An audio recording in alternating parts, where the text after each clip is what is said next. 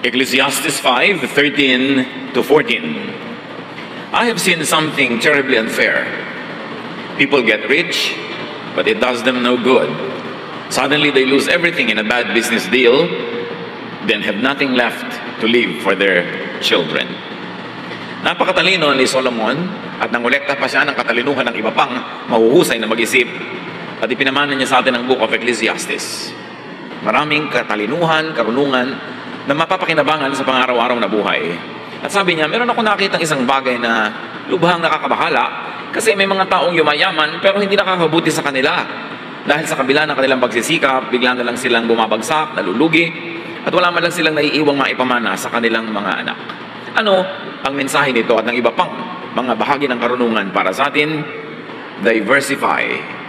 Kailangan, hindi lang sa isa nakatuon ang ating interes, marami tayong itinatanim.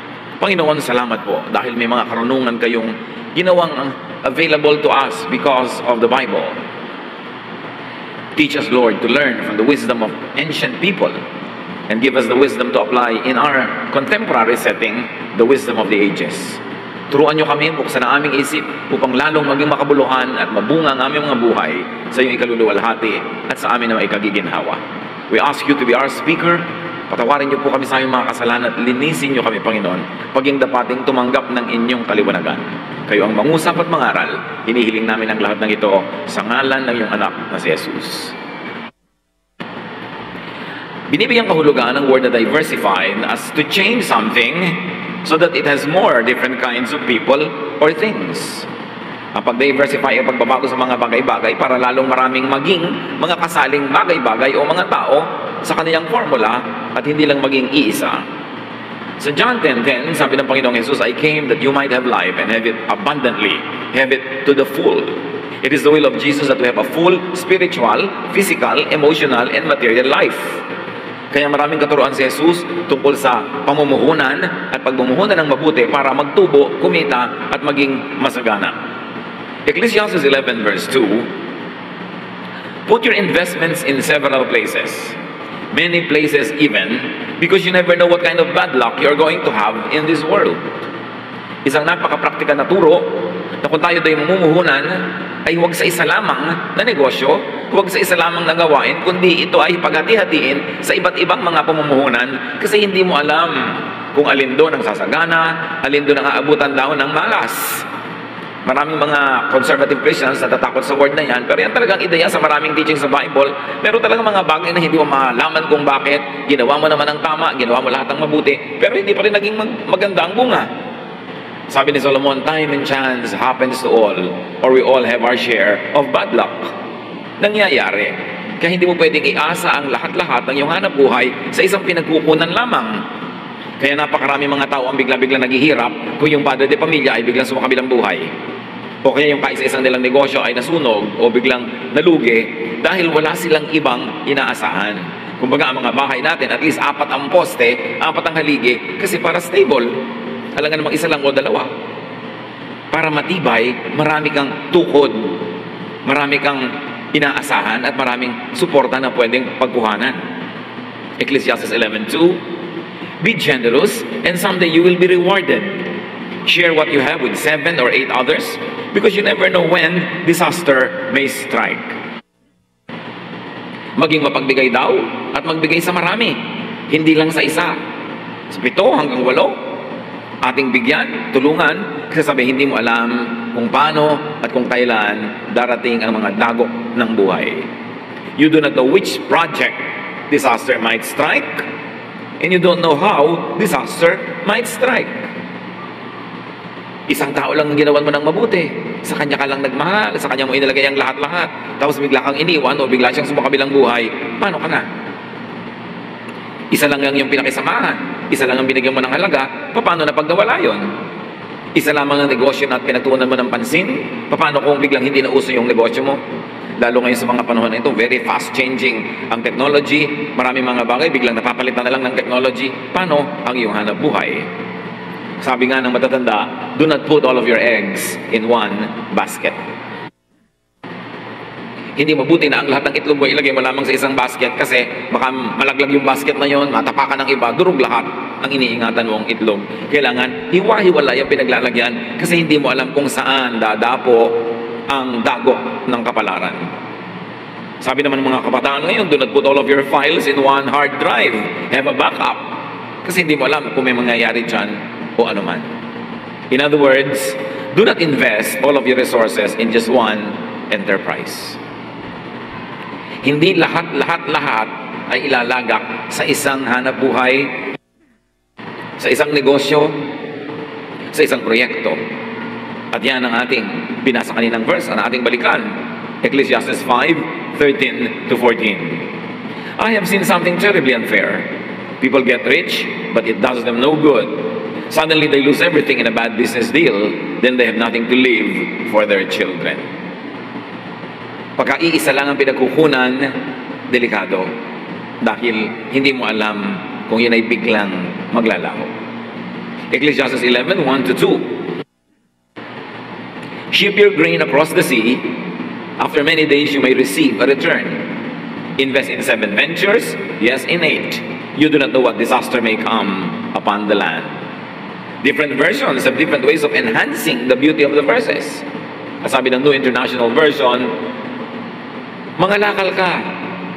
Itinda mo, ipadala mo ang iyong mga kalakal sa iba't ibang mga lugar para pagdating ng araw ay may bumalik sa iyong tubo.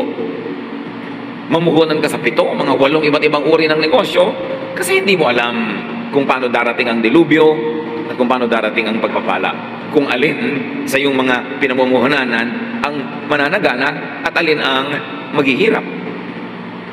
Sa Ecclesiastes 11:2 na ibang version, the GNT, put your investments in several places, many places even. Because you do not know, never know what kind of bad luck you are going to have in this world. Lahat yan ang sinasabi lang, you should invest in diverse places, in diverse ventures. Tendency kasi ng iba, pagka umuunlad ang isang negosyo, ang lahat ilagay na doon. Lahat ng pera, lahat ng puhunan, lahat na. At ganoon din yung mga na-scam. Pagka may nagsabi sa'yo, sumali tayo dito sa pyramiding na ito, sumali tayo dito sa kung ano man na gimmick na ito, mag-i-invest ka ng konti, in 1 week, malaki ang tubo. So, mararamdaman mo, uy, nag-invest ako ng 1,000, naging 1,500 agad. So ngayon, hahanapin mo lahat ng 1,000 mo, ilalagay mo doon dahil nagiging 5,000 agad. Hanggang mamaya, bahay mo, isasangla mo na, lupa, ibebenta, pati alahas, pati mga kamag-anak, lahat ng pera nyo, ilalagay doon dahil kumikita. Tapos biglang, pagpunta nyo doon sa opisina nung nagpapasweldo, wala na, tumakbo na. Kasi inilagay mo na lahat dahil nakatikim ka ng kita. Napakalinaw, kung bubuksan lang natin ang Biblia, ay napakaraming guidance sa pang-araw-araw na buhay. Hindi ko mo kumikita yan at ginaganahan ka, ilalagay mo na lahat-lahat. Kasi sa isang iglap, pwedeng maiba ang lahat.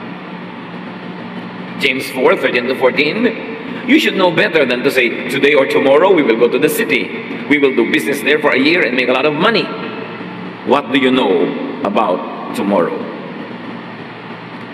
Hindi ibig sabihin na huwag nang mamuhunan, huwag nang magnegosyo, pero magdahan-dahan at huwag ilagay ang lahat-lahat sa isang project lamang. Kasi sabi nga ng James, ano naman ang alam mo tungkol sa darating na panahon? Alam mo ba mangyayari bukas? Ganon ka kasigurado? Kung kumita ka ngayon sa in-invest mo, tiyak ka ba nakikita ka pa next week, next month? Siyempre, sa simula, pagaganahin ka muna. Hanggang mahumaling ka at ilagay mo na ang lahat-lahat at itaya mo ang lahat-lahat. Ang mangyayari, pagka yan ay biglang nalugi, walang matitira sa'yo. Maraming halimbawa sa Biblia ng diversification. Si Solomon, napakagaling dyan. Ecclesiastes 2:4 to 8. I did some great things. I built houses and planted vineyards. I had flower gardens and orchards full of fruit trees. And I had pools where I could get water for the trees. I owned slaves, and their sons and daughters became my slaves. I had more sheep and goats than anyone who had ever lived in Jerusalem. Foreign rulers brought me silver, gold, and precious treasures. Napakatalino nito yung Solomon na ibinigay sa kanyang kayamanan ay napagdoble-doble pa niya ng higit-higit. Sabi niya, marami akong ginawang mga magagaling na mga bagay, nagtanim ako ng mga halamanan. Pero hindi lang yun, naghukay ako ng mga lupa, pinuno ko ng mga tubig, meron akong mga reservoir para hindi lamang nakaasa ako sa ulan, meron akong nakareserbang tubig para yung investment ko sa itinanim ko ay hindi biglang maglalaho pagka nagkaroon ng tagtuyot. Meron siya mga fallback. Sabi niya, nagpaparami ako kahit ng mga alipin na, alam niya naman nung araw, ang alipin ay pag-aari ng kanilang mga Panginoon. Sabi niya, at pati ang kanilang mga anak ay nagiging akin din, dumami ang lahat ng akin tinatangkilik, maging mga tupa, mga baka, at kung ano pa. Dahil siya, hindi lang niya inilagay ang kanyang runong at investment sa isang bagay. The teacher invested his wealth in various economic resources that could increase his wealth even more. Yung babae ng Proverbs 31 na hinahangaan ng lahat ng panahon, kung paano siya i-describe her with her own hands, she gladly makes clothes. She is like a sailing ship that brings food from across the sea. She knows how to buy land and how to plant a vineyard. So siya ay napakahusay maghanap buhay, nakakatahi siya, nakakagawa siya ng mga damit, ibinebenta niya, nangangalakal siya ng mga pagkain, kung saan maraming pagkain, bibilin niya, ititinda niya sa lugar na konti lang ang pagkain, marunong siyang mamili ng bibiling lupa at marunong din siyang magsaka.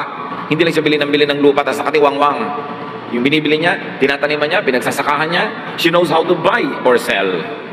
She makes clothes to sell to the shop owners. She is cheerful about the future. Other versions say, she could laugh at the days to come. Positive ang pananaw niya sa kinabukasan, hindi negative. Hindi siya takot dahil marami siyang investments. Malugi man siya dito sa isa, marami pang iba na pwede niyang asahan, marami pang pwede siyang magawa. Hindi siya tumitigil at nagiging kontento sa isa lamang na pinagkakakitaan. Kahit saan siya sumuling, may kinikita. So, do not invest all of your love in just one object. So do not invest all of your money in just one project. At kasama rin sa diversification, mga kapatid, is do not love just one person or one thing or one project. Love and invest in more than just one person. Huwag tayong madaya na isa lang ang minamahal mo, isa lang ang pinag-uukulan mo ng lahat-lahat at baliwala na ang lahat ng ibang tao. Luke 10:27, love the Lord your God with all your heart and with all your soul and with all your strength and with all your mind, and love your neighbor as yourself. Yes, napakaganda to love God, pero ang turo hindi lang Diyos, love God and people. Napakarami mga tao pag naging relihiyoso, nagiging bulag na. Kung ano man ang pagtingin nila, kung paano nila ibigin ng Diyos, ay hindi nila iniibig ang kapwa. Marami pa nga, habang nagiging relihiyoso, lalong nagiging malupit sa kapwa, mapaghusga, mapagmataas, self-righteous. So, Diyos lang ang minahal, baluktot pa ang paraan ng pagmamahal, at wala nang minahal na kapwa-tao. Marami mga tao nagiging relihiyoso, tapos pinapabayaan ng pamilya nila. Laging nasa relihiyon, hindi malang magsaing, hindi maglaba, pinakidalimutan ang mga duties nila. Nung nahumaling sila sa mga religious membership, mga religious activities, ayaw na magbayad ng mga utang, hindi na nila pinapabayaan na nila ang kanilang mga ibang tungkulin at puro yun na lang relihiyon ang inatupag. Sabi, love God and love people. At kung ikaw isang family person, hindi excuse na napaka-active mo sa church, tapos pinapabayaan mo na ang mga trabaho mo sa bahay, ang mga tungkulin mo sa iyong mga mahal sa buhay. Dapat sabay. Malaki ang ibinigay ng Diyos na puso sa atin na kaya natin magmahal sa Diyos at sa tao sabay. Hindi pwedeng isa lang. Katulad sa mga pamilya, ang dami-daming anak, may isang paborito. Merong isa na lagi na lang yun ang binibigyan ng mabuti, ng maganda, ginagawa ng mabuti. Katulad na lamang ng mga tao na sa pamilya mismo nila, sa Biblia, ang dami-dami nila pagkukulang sa kapwa. Genesis 27:38, matapos ibigay ni Isaac ang kanyang pagpapala doon sa isang anak na nandaya sa kanya, sabi ng anak niyang panganay, Father, Esau asked, don't you have more than one blessing? You can surely give me a blessing too. Then Esau started crying again. Marami mga dysfunctional families sa Bible, hindi natin dapat kopyahin ang mga ginawa nila, dapat tayong matuto sa kanilang mga pagkakamali. Hindi ko mo Bible character sila, dapat na silang tularan. Katulad ng pamilyang ito that practice favoritism. Yung tatay, paborito yung anak na panganay, yung nanay, paborito yung anak na bunso. Naglalabanan tuloy yung magkapatid, nag-aagawan ng blessing, nag-aagawan ng favor. Magulang ka, 5 ang anak mo, mahalin mo lahat, hindi isa lang. 3 yung anak mo, hindi may paborito ka pa, kinakalimutan mo yung 2. Bakit? Saan pagaling yung anak mo na hindi mo paborito? Di ba sa'yo rin? Dugo ng yung dugo, laman ng yung laman? Hindi dapat na isa lang ang minamahal mo. Meron namang mga magulang, nung nagkaanak, yung anak talaga mahal, kinalimutan na yung asawa. Puro anak na lang. Nagkukutsabaan pa ang mag-ina para lokohin yung tatay. Lahat ng mga yan, masasamang gawa. Hindi dapat ginagawa ng mga nananalig sa Diyos. Malaki ang puso natin dahil tayo inilikha sa wangis ng Diyos. Marami tayong pwedeng sabay-sabay na mahalin. Ngayon, hindi naman yan tungkol sa maraming asawa. Dapat pag may asawa ka, doon ka na lamang mag-focus sa pagmamahal na pang-asawa. Pero may pagmamahal ka pa na pang-magulang. May mga tao pagka nag-asawa, lalo mga lalaki, nalilimutan na ang magulang. Yung asawa na lang na sinisinta. Yung asawa na lang ang binibigyan, inaalala, nalilimutan na yung nanay, nalilimutan yung tatay. Tuwang-tuwa naman yung asawang babae. Dapat kung yung sarili mo ang asawang lalaki ang nakakalimut sa nanay niya, ikaw pa, wife, ang magpaalala, huy, dalawin natin ang nanay. Hindi yung kung makakahalata ka, mister, sa birthday ng mga biyanan mo, lagi kayong present, pero sa birthday ng mga magulang mo, hindi kayo nakakapunta. Makahalata kapag laging ganon. Kasi maraming mga asawang babae, minamaniobra ang lalaki na hindi makapunta doon sa mga event ng sarili niyang pamilya, pero sa pamilya ng babae, present sila lagi. That is evil.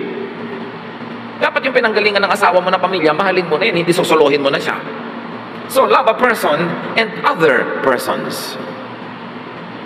So, love your wife and your mother. Sabay. Love your husband and your mother-in-law. Sabay. Love your son and your daughter-in-law. Love your child and your other children. Love your career, love a thing, and love people. Love your church and love your school and love your work. Huwag yung nineneglect yung isa para sa isa. Pwede niyong balansehin yan. Hindi papabayaan mo na yung school dahil nasa youth ministry ka. Pwedeng sabayan, time management lang. Kung papabayaan lang yung paghahanap buhay dahil lang may ministry ka sa church, pwedeng sabayan. Yung minsan naman kasi ginagawa lang nating excuse sa katamaran na hindi na natin binibigyan ng oras yung iba dahil meron lang tayong paboritong gustong gawin. Pero dapat pare-pareho. Binigyan tayo ng 7 araw isang linggo, 6 na araw pagtrabaho, 1 araw pang pahinga. Sapat yun para gawin ang lahat. Malaki ang pusong bigay ng may likha, kasya ang maraming pagmamahal. Romans 12:16, live in harmony with one another. Do not be proud, but be willing to associate with people of low position. So, kasama na dyan, associate with people of any and all social positions. Huwag kang nakikisama lamang at nakikisalamuha doon sa gusto mong social class, economic class. Ang turo sa atin, tayo dapat nakikisalamuha, nakikipagmabutihan sa lahat ng uri ng tao, iba-iba man ang sitwasyon nila sa financial o sa social o educational background. Even Jesus fellowship with so-called tax collectors and sinners. So, dahil marami tayong dapat pagtuunan ng ating lakas at pansin, do not invest all of your brain in just one idea. Do not listen to only one teacher. Do not listen to only one teaching. Do not listen to brainwashing. At madalas, ganito ang nangyayari sa mga grupong relihiyoso. Pag naging miyembro ka ng isang grupong gusto kang i-brainwash, pinagbabawalan ka ng makinig sa iba. Pinagbabawalan ka ng magbukas ng iyong isip. Pinagbabawalan ka pa nga magbasa ng Biblia at mag-aral mag-isa. Kailangan laging may nagdidikta sa'yo kung ano ang dapat mong kuhaning kahulugan. Kinokontrol ang iyong utak. Dapat malawak ang utak. At kahit ano pang ating pinaniniwalaan na A, bigyan din natin ng pagkakataon yung kabaligtaran nito na B. Dinggin man lang natin ang argumento para makapag-isip tayong mabuti. Hindi pagka merong nagsumbong sa'yo, kampi ka na agad sa kanya, galit ka na agad sa kagalit niya, isang panig pa lang ang iyong nadidinig. Huwag mo kinalakihan mo na ang isang paniniwala, kakamatayan mo na. Pwede mong palitan ng iyong paniniwala, palitan ng iyong kaalaman sa pamamagitan ng pananaliksik at pag-aaral. Hindi ko mo minaituro sa iyong nanay mo na isang paraan ng paggigisa, hindi ka na mag-aaral ng ibang styles. Maraming styles. Proverbs 15:22, plans fail for lack of counsel, but with many advisors, they succeed. Marami raw plano ang nabibigo dahil kulang sa magagandang payo. Pero kung maraming mahuhusay magpayo, nagtatagumpay ang anumang gawain. Kailangan bukas ang ating isip na makinig sa iba. Hindi tayo maging tamad na nakatasanayan na natin yun. Ayaw na nating ma-challenge, ayaw na nating maiba. Truth will always stand the test. Huwag tayong matakot na magbukas ng isip. Ecclesiastes 1:13-14, I apply my mind to study and to explore by wisdom all that is done under the heavens. I have seen all the things that are done under the sun. Kaya naman napakatalino ni Solomon. Hindi siya nangimi na magbuklat ng mga karunungang dati tago. Hindi siya nangimi na tumingin sa mga bagay na di tiningnan ng iba. Hindi siya nag-alinlangan na mag-aral ng mga bagay na hindi niya dating alam. At hindi naman ibig sabihin nun, lahat ng natutunan niya, kinopya niya at ginawa niya sa buhay niya. Pero nalaman niya sa kanyang isip para magkaroon siya ng kakayahang mamili kung alin ang mas tama, alin ang mas mabuti, o kung paano gagawa ng kombinasyon sa mga iba't iba niyang alam para makabuo ng mga pamantayan sa buhay na makabubuti sa kanya at sa kanyang mga nasasakop.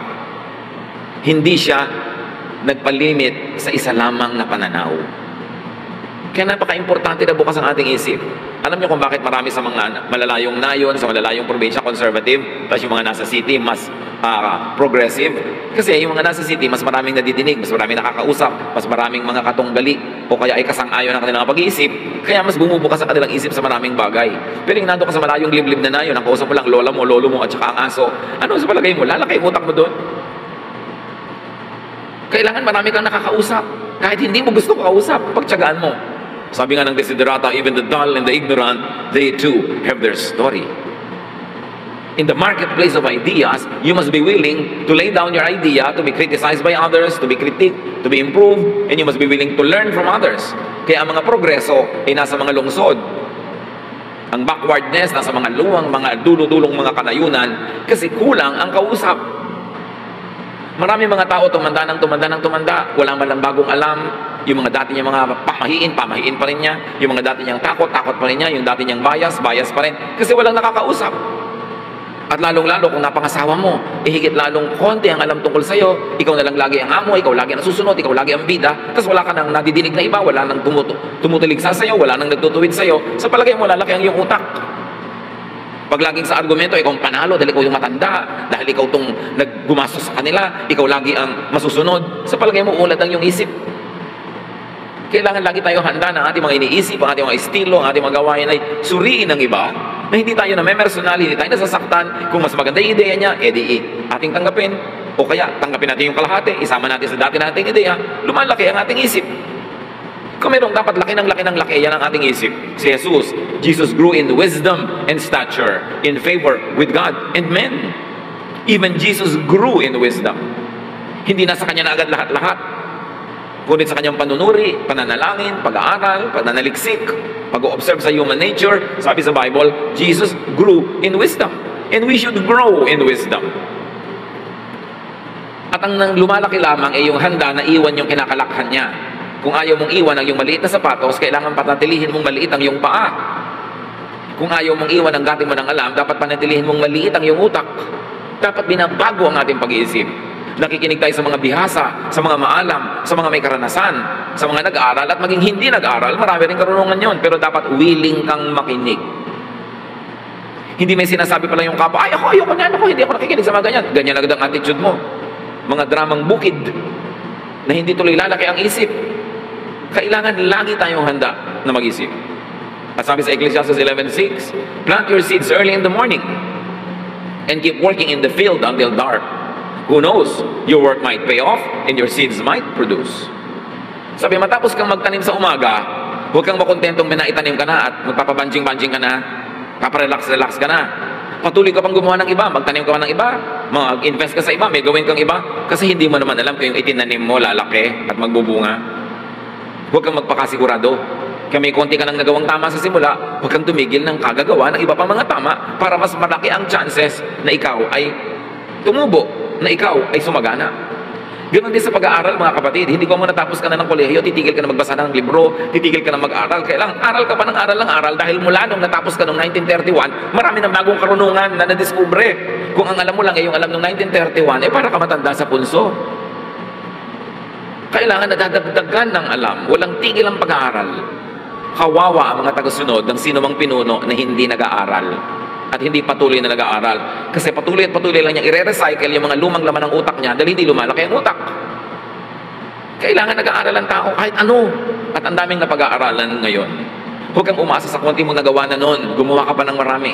Kung may nagawa ka ng mabuti sa pamilya mo nung araw, huwag mong asahan ngayon na buong buhay ipe-pension ka na ng buong angkan mo dahil may nagawa ka sa kanilang mabuti nung araw, nung unang panahon. Baka ang tagal-tagal na nga nilang nakabawi sa nagawa mo sa kanila eh. Baka tumubo ka na ng sobra-sobra sa konti mong nagawa. Keep doing good. Habang kaya ng ating katawan, huwag kayong tumigil sa pagtatanim ng mabuti. Kasi hindi mo naman alam kung hahaba ang buhay mo at dadami ka pa nakakailanganin konsumuhin. Tapos aasa ka sa napakakunti mong nagawa nung araw, sasandalan mo sa napakahaba mong buhay pala. Kailangan hindi tumitigil ng paghahanap buhay hanggang kaya ng katawan. Hindi tumitigil ng pagtatanim. It is wise to consider alternatives. Plant in the morning and keep working until dark. Yan ang sinabi sa atin na Ecclesiastes 11:6.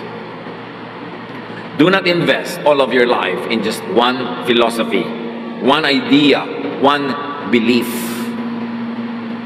Marami sa ating mga namana na relihiyon, namana na paniniwala, hindi naman natin talaga pinili minana lang natin. Hindi naman natin inisip na tanggapin, lumaki na lang tayo talagang isinaksak na sa ating utak yun. Dapat dumadating tayo sa panahon na sinusuri natin ang lahat ng pinaniwalaan natin na tinanggap nung araw nang hindi pa tayo nag-iisip. At ngayon nag-iisip na tayo, suriin natin kung patuloy pa rin natin tatanggapin o itatapon na natin o may ititira tayong kalahati at dadagdagan ng ibang bagong kalahati. Dapat nanunuri tayo. May mga tao, sarado ang isip. Yayayain mo, halika, mag-Bible study tayo. Ay, ayoko. Ano mo naman ako, serrado, dekandado. Ipinagmamalaki na nakasara ang utak nila. Ano mang bagay na lagi nakasara, mapapanis. Kailangan nakahanginan ng sariwa, natatapunan ng liwanag. Dapat patuloy tayong nag-aaral at nanunuri. Hindi ko may relihiyon ka na doon ka ipinanganak, doon ka na mamamatay. Dahil hindi mo naman pinili yun namana mo lang yun. Hindi rin pinili ng magulang mo, baka namana din niya. Kaya kailangan dumadating ang punto na marunong ka na mag-isip, nanunuri ka, ito nga ba talaga ang gusto kong paniwalaan? Ito nga ba talaga ang kinagistan ko na papayag na kung dito na rin ako mamatay? O ngayong meron na akong alam at karunungan ay pwede ko itong palitan? Pwede kong improvein? Sa pag-iisip mga kapatid, huwag serrado de kandado, dapat open. Kahit yung paniniwala mo para bang na-challenge, kung talagang matibay ang pinaniniwalaan mo, kahit anong challenge ang dumating dyan, tatayo pa rin yan. Pero kung natumba, nung minsan lamang na sinuri, hindi pa salamat ka natumba agad, nabisto mo na wala palang kwenta, at yumakap ka ng mas matibay at mas tama. Huwag dogmatic. Huwag na lagi na lang yung pinaniniwalaan mong yung igigiit. Dapat willing ka rin na makinig sa pinaniniwalaan ng iba at matapos mong manuri, manalangin, tsaka ka pumili kung sa katatayo. At huwag fanatic. Pag pinaniwalaan mo na, bulag ka na sa lahat ng ibang bagay. Mga tao, lalo sa politics, usually fanatics. Pag napili mo na kung sino yung kandidato mo, kahit ano pang marinig mong negative sa kanya, siya pa rin. At kung anong positive sa kalaban, ayaw mo na kasi nakapili ka na. Naging fanatic ka na. Tumitigil ka ng manuri. Ganon din sa mga kadalasan sa relihiyon. Ganon din kadalasan sa mga choices ng pagkain. Ay, ayaw ka ng ganyan. Ayaw ka na maanghang. Baka naman nadala ka lang noon dahil sobrang anghang ng nakain mo, pero di mo subukan yung maanghang lamang. Baka may namimiss kang masarap na pagkain. Dahil ang sinasabi mo, ayaw ka ng may gata. Ayaw ka ng ganito. Ayaw ka ng ganon. Sino may sabi sa'yo ayaw mo yun? Isang karanasan na nadala ka? Na nagsara ka na ng isip dahil lang sa isang karanasan? Dapat patuloy at patuloy nating tinitignan kung meron tayong dapat baguhin sa ating pananaw. At huwag tayong maging extremist. Lagi na lamang Republican ka ba o Democrat? Lagi na lamang left ka ba o right? Red ka ba o yellow? Hindi lang ganun ang buhay. Maraming colors in between. Maraming shades in between. Huwag natin gagawing extreme ang sarili natin na merong label. Conservative ako. Ay, naku, ako hindi. Ako ay progressive.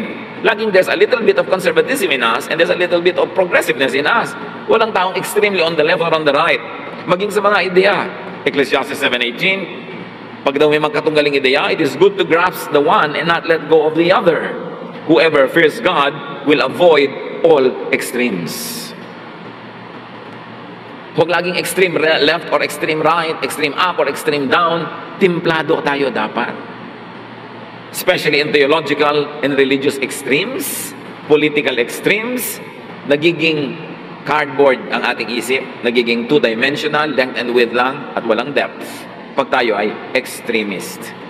1 Corinthians 14:15, maging sa speaking in tongues at magiging in control of what you're saying, sabi ni Paul, then what should I do? There are times when I should pray with my spirit, and times when I should pray with my mind. Sometimes I should sing with my spirit, and at other times I would sing with my mind. Ito yung pagtatalo kung, will I speak in tongues that I do not understand, but the Spirit leads me according to the claims of many? Or will I never speak in a tongue I don't understand because I want to be always in mental and intellectual control of what is happening? Sabi ni Paul, hindi mo naman kailangan maging extremist na anti-tongue or pro-tongue. Hindi mo naman kailangan maging extremist na ayaw mo ng spiritual gift at puro gusto mo mental lang. Sabi niya, kailangan may mga panahon na you pray in the Spirit at may mga panahon that you pray with your mind. In other words, sabi ni Paul, may mga panahon sa ating spirituality that it is good that you are in mental control of what's going on. At may mga panahon din na dapat na makidaloy ka na lang, umayon, at mawala ng mental control at hayaan mo lang that the Spirit will lead you.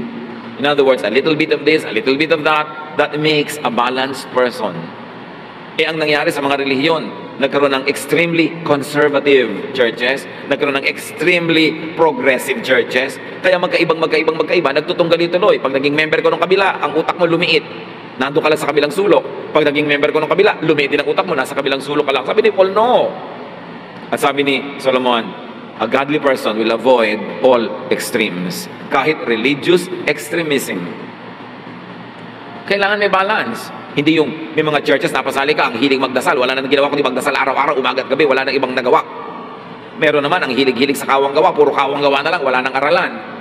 Meron naman ang hilig-hilig na magkantahan, pagod na pagod ka na, lupay-pay ka na, ayaw pa nilang tumigil ng kakakanta. Nagiging extremist. So sabi, dapat nagbabalance-balance ka. And also in love. Love spiritually and practically. Love the next life and this life. May mga extremists kasi, wala nang inisip kundi yung kabilang buhay, ayaw nang mabuhay dito ngayon. Lahat na lang puro sa kabilang buhay ang iniisip, yung afterlife, yung eternity, lahat na lang ng treasure inilagay sa heaven, wala na tuloy dito makain sa lupa. Extreme. May mga extreme na wala nang inisip kundi end of the world. 2,000 taon na natatakot yung mga tao na mag-end of the world, hindi pa rin nangyari. So dapat meron kang space in your heart na pag nag-end of the world, handa naman ako humarap sa Diyos, at kung hindi pa nag-end of the world, hindi mabubuhay ako sa mundong ito. Papagandahin ko yung buhay ko, at papagandahin ko ang buhay ng aking kapwa. Alin man ang mangyari, mag-end man ngayon o hindi, I'm okay. Dapat balanced. Yan ang tunay na kalusugan. Kasi kahit sa ating katawan, ang balanced person ay yung balance ng blood niya, hindi sobrang maalat, hindi sobrang matamis, hindi sobrang ganito, acidic, hindi masyadong ganun. Dapat balance. At sa spiritual life din natin, balansi ka dapat. Yun ang ibig sabihin ng malusog. Hindi mabuting extremist kahit sa relihiyon. Wala na lang inisip mo itong isang bagay na ito, napapabayaan na yung mga iba. Mga kapatid, needless to say, to get the most out of life, and Jesus wants us to have a full life, diversify. God is God of diversity. Look at creation. Hindi naman ginawa ang mundo na puro desyerto, hindi puro dagat, hindi puro basa, hindi puro tuyo. Iba-iba. Hindi nilikha na lahat ng halaman ay para sa desyerto, meron ding para sa mga gubat. Meron para sa mga tuyo at meron para sa mga basang lugar. Diversity. Pati tao, may maitim, may maputi, may katangkaran, may hindi katangkaran, may kulok, may diretso ang buhok. Diverse, iba-iba. God is God of diversity. Kaya dapat din tayo may diversity sa ating buhay. Maraming dapat lasang matikman, kulay na makita, karanasan na maranasan sa buhay. Hindi tayo dapat extremist. Huwag ikulong ang isip sa isa lang.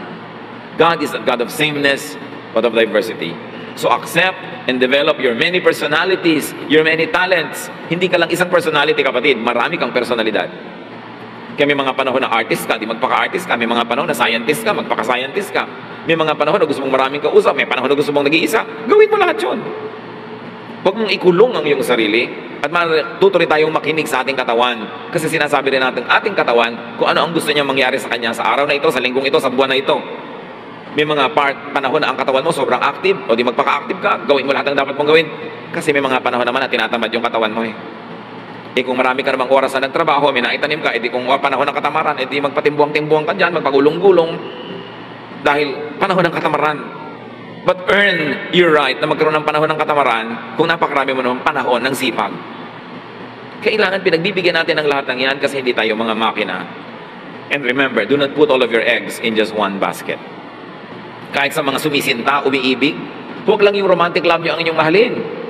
Kaya tuloy pagka nawala yan, ayan kayo, nagtitirintas kahit walang buhok. Nakatingin sa kawalan. Pag na-inlove, puro yun na lang ang laman ng utak. No, mahalin nyo lang pero huwag lahat. At huwag nyo rin ibigay lahat. Kawawa yung kung magbigay lahat. Pagka inalisan ka, nilayasan ka, simot na simot ka talaga. Magtitira. Do not be in any extreme, even in romantic love. At kung mahal mo siya, mahalin mo rin ang sarili. Sabi nga ni Jesus, love God, love others the way you love yourself. Huwag maging simot na simot. Huwag maging extremist. Diversify.